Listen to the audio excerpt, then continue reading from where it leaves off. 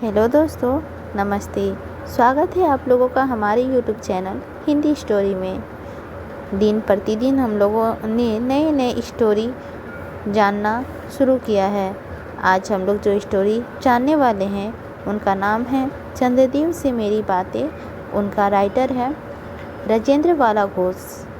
इस कहानी का प्रकाशन हुआ है 1904 ईस्वी में सरस्वती पत्रिका में प्रकाशित हुआ है। यह कहानी चंद्रदेव को लिखे गए एक पत्र के रूप में लिखी गई है, जिसमें तत्कालीन गुलाम भारत की व्यवस्था और परिवेश पर व्यंग है। पत्रात्मक शैली बयानात्मक लॉन्ड कर्जन पर व्यंग है और इस कहानी को राजेंद्र वाला घोष ने लिखा है। तो अब हम लोग बिना लेट किए हुए कहानी को जानना शुरू करते हैं और देखते हैं इस कहानी में क्या है। तो चलिए। भगवान चंद्रदेव, आपके कमलवर्त कोमल चरण में इस दासी को अनेक बार प्रणाम। आज मैं आपसे 2-4 बातें करने की इच्छा रखती हूँ। देखो, सुनी अनसुनी सी मत कर जाना। अपने बड़प्पन की ओर ध्यान देना। अच्छा कहती हूँ, सुनो। मैं सुनती हूँ आप इस आकाश मंडल में चिरकाल के वास करते हैं। क्या यह बात सत्य है? यदि सत्य है तो मैं अनुमान करती हूँ कि इस सृष्टि के साथ ही साथ आवाज़ से आपकी भी सृष्टि हुई होगी। तब तो आप ढेर दिन के पुराने बूढ़े कहे जा सकते हैं। यह क्यों? क्या आपका डिपार्टमेंट में ट्रांसफ़र होने का नियम नहीं है? क्या आपकी गवर्नमेंट पेंशन भी नहीं देती? बड़े खेद की बात है। यदि आप अपनी न्यायशीलता को गवर्नमेंट के किसी विभाग में सर्विस करते होते तो अब तक आपकी बहुत कुछ पदोन्नति हो गई होती और कुछ ऐसे पोस्ट भी रहकर भारत के कितने ही सुगने नगर, पर्वत, जंगल और झाड़ियों में भ्रमण करते। अंत में इस वृद्ध अवस्था में पेंशन प्राप्त कर काशी ऐसे पुनीत और शांति धाम में बैठकर हरि नाम स्मरण करके अपना परलोक बनाते। यह हमारी बड़ी भारी भूल हुई। भगवान चंद्रदेव, क्षमा कीजिए। आप तो अमर हैं, आपको मृत्यु कहाँ? तब परलोक कैसे बनना ना कैसा? ओहो, देवता भी अपनी जाति के कैसे पक्षपाती होते हैं। देखो ना, चंद्रदेव को अमृत देकर उन्होंने अमर कर दिया। तब यदि मनुष्य होकर हमारे अंग्रेज अपने जाति वालों को पक्षपात करे तो आश्चर्य ही क्या है। अच्छा, यदि आपको अंग्रेज जाति की सेवा करना स्वीकार हो तो एक एप्लीकेशन, निवेदन पत्र हमारे आधुनिक भारत प्रभु लॉर्ड कर्जन के पास भेज देवे। आशा है कि आपको आदरपूर्वक अवश्य आग्रह करेंगे, क्योंकि आप अधर्म भारतवासियों के शांति कृष्णांग तो है ही नहीं, जो आपको अच्छी नौकरी देने में उनकी गोरंग जाति कुपित हो उठेगी। और फिर आप तो एक सुगण्य कार्यदक्ष, परिश्रमी, बहुदर्शी, कार्यकुशल और सरल स्वभाव परमात्मा है। मैं विश्वास करती हूँ कि जब लॉर्ड कर्जन हमारे भारत के अस्थायी भाग्य विधाता बनकर आवेंगे, तब आपको किसी कमीशन का मेंबर नहीं तो किसी कमीशन का भारत करने का अवसर ही भेज देंगे, क्योंकि उनको कमीशन और मिशन दोनों ही अत्यंत प्रिय है। आपके चंद्रलोक में जो रीति है और नीति सृष्टि आदि काल के पर्व चलित थे, वे ही सब अब भी हैं। पर यहाँ तो इतना परिवर्तन हो गया है कि भूत और वर्तमान में आकाश पाताल सा अंतर हो गया है। मैं अनुमान करती हूँ कि आपके नेत्रों की ज्योति भी कुछ अवश्य ही मंद पड़ गई होगी, क्योंकि आधुनिक भारत संतान लड़कपन से ही चकमा धारण करने लगी है। इस कारण आप हमारे दीनहीन तीन पर्व भारत को उतनी दूर से भली भांति ना देख सकते होंगे। एतव आपसे सादर करती हूँ कि एक बार कृपया कर भारत को देखे तो जाइए। यथापि इस बात को जानती हूँ कि आपको इतना अवकाश कहाँ पर 8वें दिन नहीं तो महीने में एक दिन अर्थात अमावस्या को तो आपको हॉलीडे छुट्टी अवश्य ही रहती है। यदि आप उस दिन चाहे तो भारत भ्रमण कर सकते हैं। इस भ्रमण में आपको कितने ही नूतन दृश्य देखने को मिलेंगे, जिसे सहसा देखकर आपकी बुद्धि जरूर चकरा जाएगी। यदि आप हमारे सारे हिंदुस्तान का भ्रमण शीघ्रता से के कारण ना हो सका तो केवल राजधानी कलकत्ता को देख लेना तो अवश्य ही उचित है। वहाँ के कारखानों को देखकर आपको यह अवश्य ही कहना पड़ेगा कि यहाँ के कारीगर तो विश्वकर्मा के भी लड़कदादा निकले। यही क्यों आपकी प्रिय सहयोगिनी दामिनो, जो मेघों पर आरोहण करके आनंद से अठकोटलियाँ किया करती है, वह बेचारी भी यहाँ मनुष्य के हाथों का खिलौना हो रही है। भगवान निशानाथ, जिस समय आप अपनी निर्मल चंद्रिका को बटोर मेघमाला अथवा पर्वतों की ओर से सिंधु के गोद में जा सकते हैं, उस समय यही नीरद वासिनी विश्वमोहिनी सदोमयिनी अपनी उज्जवल मूर्ति से आलोक प्रदान कर रात को दिन बना देती है। आपके देवलोक में जितने देवता हैं, उसके वाहन भी उतने हैं। किसी का गज, किसी का हंस, किसी का बैल, किसी का चूहा इत्यादि। पर यहाँ तो सारा बोझ आपकी चपला और अग्निदेव के माथे मढ़ा गया है। क्या ब्राह्मण, क्या क्षत्रिय, क्या वैश्य, क्या शूद्र, क्या चंडाल, सभी के रथों का वाहन वही हो रही है।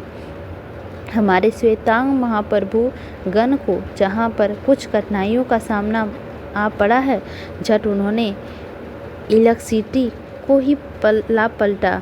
बस कठिन से कठिन कार्य सहज से संपादन कर लेते हैं और हमारे यहाँ के उच्च शिक्षा प्राप्त युवक काठ के पुतलों की भांति मुँह ताकते रह जाते हैं।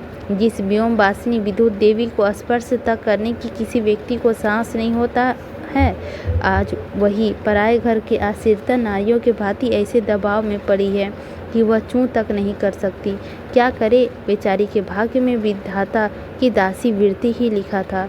हरि पर दौड़ता तिरो क्या पावनी सुरसुरी के भी खोटे दिन आए हैं। वह भी अब स्थान के बंधन ग्रस्त हो रही है। उसके वक्ष स्थल पर जहाँ तहाँ मोटे वृत्ताकार खम गाड़ दिए गए हैं। कलकत्ता आदि के को देखकर आपको देवराज सुरेंद्र भी कहेंगे कि हमारी अमरावती तो इसके आगे नीरी फीकी सी जान पड़ती है। वहाँ ईडन गार्डन तो परिशोभित नंदन कानन को भी मात दे रहा है। वहाँ के विश्वविद्यालय के विश्वश्रेष्ठ पंडितों की विश्वव्यापिनी विदा को देखकर बिना पानी सरस्वती देवी भी कहने लग जाएगी कि निसंदेह इन विदा दिग्गजों की विदा चमत्कारिणी है। वहीं के फोर्ट विलियम्स के फौजी सामान को देखकर आपके देव सेनापति कार्तिकेय बाबू के भी चक्के छूट जाएंगे, क्योंकि देव सेनापति महाशय देखने में खास बंगाली बाबू से जचते हैं और उनका वाहन भी एक सुंदर मयूर है। बस इससे उसके वीरत्व का भी परिचय खूब मिलता है। वहाँ के टकसाल को देखकर सिंधु तयांगता का प्रिय सहोदरा कमल देवी तथा कुबेर भी अकचका जाएंगे। चंद्रदेव इनकी सब विश्वमयी पदक अपूर्ण दृश्यों का अवलोकन करने के हेतु आपको सादर आमंत्रित तथा सविनय आहूत करती हूँ। संभव है कि यहाँ आने से आपको अनेक लाभ भी हो।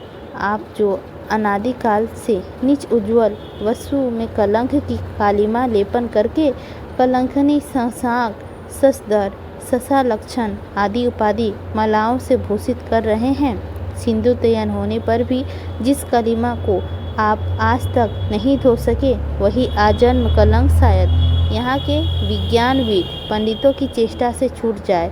जब बॉम्बे के स्वर्गीय महारानी विक्टोरिया देवी की प्रतिमूर्ति से कला दाग छूटने में प्रोफेसर गर्चन महाशय फलीभूत हुए हैं, तब क्या आपके मुख की गरिमा छुड़ाने में वे फलीभूत न होंगे?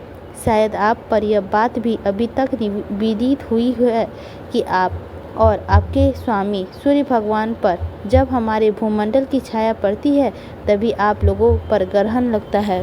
पर आपका तो अब तक वही पुराना विश्वास बना हुआ है कि जब कुटिल ग्रह राहु आपको निकल जाता है तब ग्रहण होता है। पर ऐसे धोधा विश्वास करना आप लोगों का भारी भूल है। अतः हे देव, मैं विनय करती हूँ कि आप अपने हृदय से इस भ्रम को जड़ से उखाड़ कर फेंक दें। अब भारत में ना तो आपके और ना आपके स्वामी भुवन भास्कर सूर्य महाशय के ही वंशधरों का साम्राज्य है और ना अब भारत की ही वह शस्य श्यामला स्वर्ण पर सूता मूर्ति ही है। अब तो आप लोग के अघात एक अन्य द्वीपवासी परम शक्तिमान गौरांग महाप्रभु इस सुविधा साल भारतवर्ष का राजवैभव भोग रहे हैं।